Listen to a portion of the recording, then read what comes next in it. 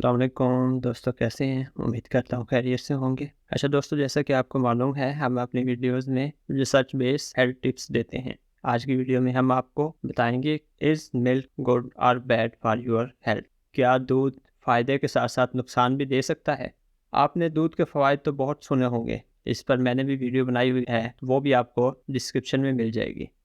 लेकिन आज की वीडियो में मैं आपको चंद ऐसे साइड इफ़ेक्ट बताने जा रहा हूँ जो जदीद तहकीक ने साबित किया है कि दूध के ज़्यादा इस्तेमाल से ये नुकसानात भी हो सकते हैं। साथ साथ आपको ये भी बताएंगे कि दूध को कब और कितना इस्तेमाल करना चाहिए।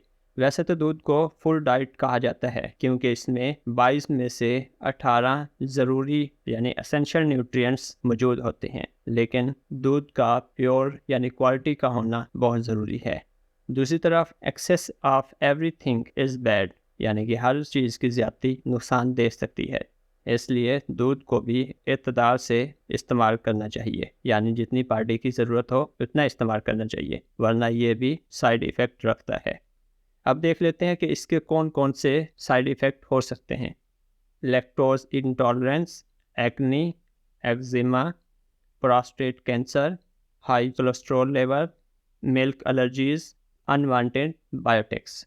इनमें से कुछ अब थोड़ा डिटेल से देखते हैं। जैसे कि मैंने बताया, एक्नी का काज बन सकता है। अगर बच्चों को दूध ज़्यादा पिलाया जाए तो ये एक्नी यानी चेहरे पर दाने का सबब बन सकता है।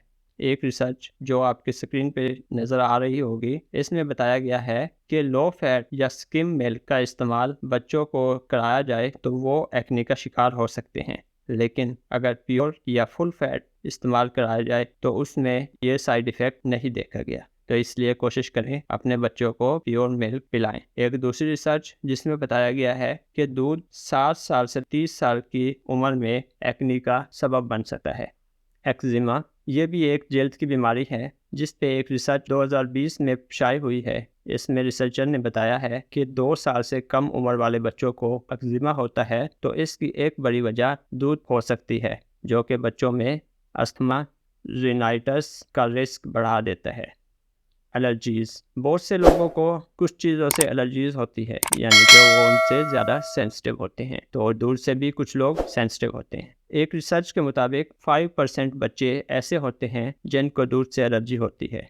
इसकी कुछ अलामतें ये हो सकती हैं, जैसे दूध पीने से उन्हें कॉन्स्टिपेशन हो जाती है, गट सिम्टम यानी उनकी खुराक वाली नाली से कोई ना कोई सिम्टम हो जाती है, एक्जिमा हो सकता है, कोलिक यानी पेट का दर्द हो सकता है, डायरिया यानी पेचिस वगैरह हो सकते हैं। एलर्जीज़ के बारे में एक मैंने भी वीडियो बनाई हुई है, वो भी आपको डिस्क्रिप्शन में मिल जाएगी। एक रिसर्च जो कि यूनाइटेड किंगडम यानी यूके नाइस गाइडलाइन के मुताबिक हुई है, उसमें बताया है कि नॉन आईजीई मेडिएटेड कोज मिल्क के नाम से एक बीमारी पाई जाती है जो कि दूध की वजह से होती है। Next side effect, bone fracture. ये बात तो सच है कि दूध हमारी हड्डियों को मजबूत बनाता है, लेकिन जदीद तहकीक से ये भी साबित हो चुका है कि अगर दूध का ज़्यादा इस्तेमाल कर रहे हैं तो ये आपकी हड्डियों के फ्रैक्चर के रिस्क को भी बढ़ा देता है। इसके बारे में 2 रिसर्चेस आपको स्क्रीन पे शो हो रही होंगी। उसमें रिसर्चर ने मुख्तलिफ एरिया में रिसर्च की है और बताया है कि दूध का इस्तेमाल कैसे फ्रैक्चर को बढ़ाता है।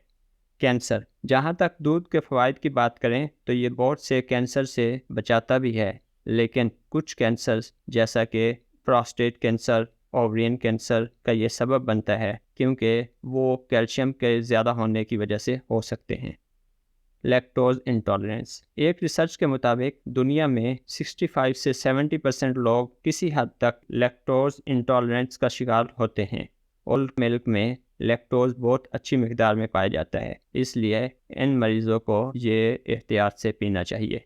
आखिर में हम आपको बताते चलें कि दूध बच्चों की डेवलपमेंट यानी ग्रोथ में बहुत अहम किरदार अदा करता है, इसलिए दूध को बंद नहीं करना चाहिए, लेकिन इसकी क्वालिटी और क्वांटिटी पर गौर करना चाहिए। अपने बच्चों को अच्छा दूध पिलाएं। उम्मीद करता हूँ इस वीडियो में दूध के साइड इफ़ेक्ट के बारे में आपको मालूमात मिल गई होंगी। अगर आपको फिर भी कोई मालूमात चाहिए तो आप कमेंट में पूछ सकते हैं, इंशाल्लाह हम जवाब देते रहेंगे। अल्लाह आपको सेहतमंद रखे, खुश रखे। मिलते हैं नेक्स्ट वीडियो में। अल्लाह हाफिज़।